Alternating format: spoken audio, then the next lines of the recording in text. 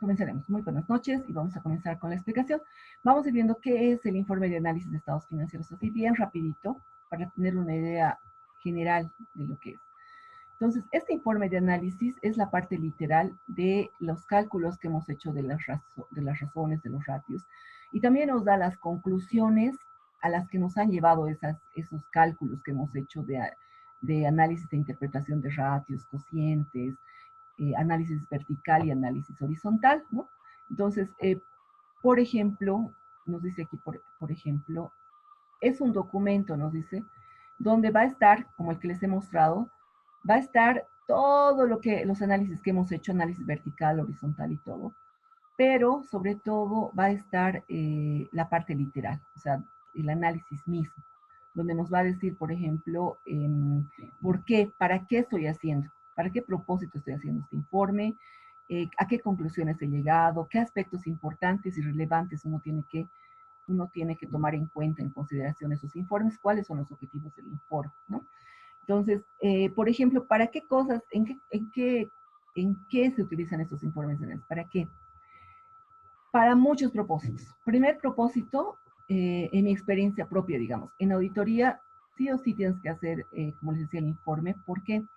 Porque te permite determinar el alcance del trabajo. Si vas a hacer, en qué aspectos clave vas a tú poner más énfasis en tu auditoría. Es decir, ¿qué vas a revisar más? ¿No? Entonces, en auditoría, por ejemplo, es clave y siempre lo haces. Es un común denominador de todas las auditorías. Sí o sí se hace. Entonces, pero no se hace así, digamos, de todos los ratios.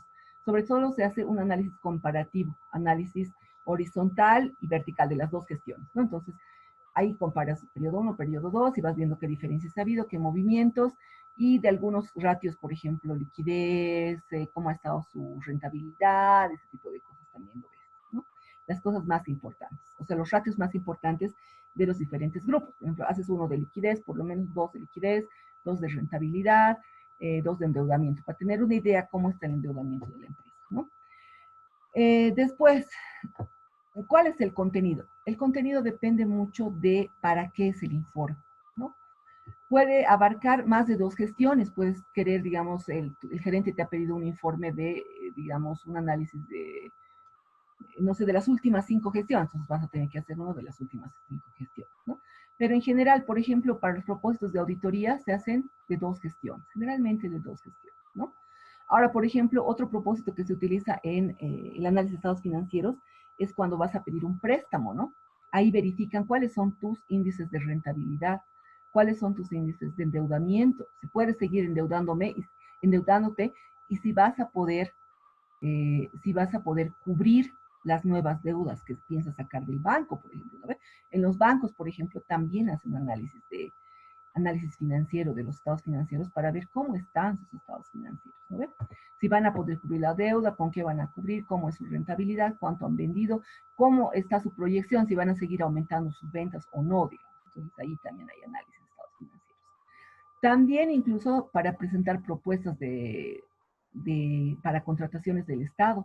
En el Estado, por ejemplo, cuando tú presentas tus propuestas para hacer construcciones, por ejemplo, de hospitales, qué sé yo, de, de, de diferentes obras, ¿no? Entonces, ¿qué te piden? Te piden que puedas cumplir ciertos índices.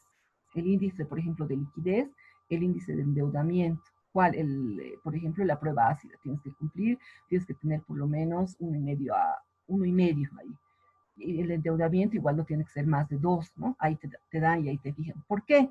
Porque te dice, si esta empresa no está bien, no va a terminar mi obra. Pues, ¿para qué voy a contratar una empresa que, por ejemplo, haya tenido pérdidas, ¿no? Entonces, eso también es algo que se ve, el tema de la rentabilidad, ¿no?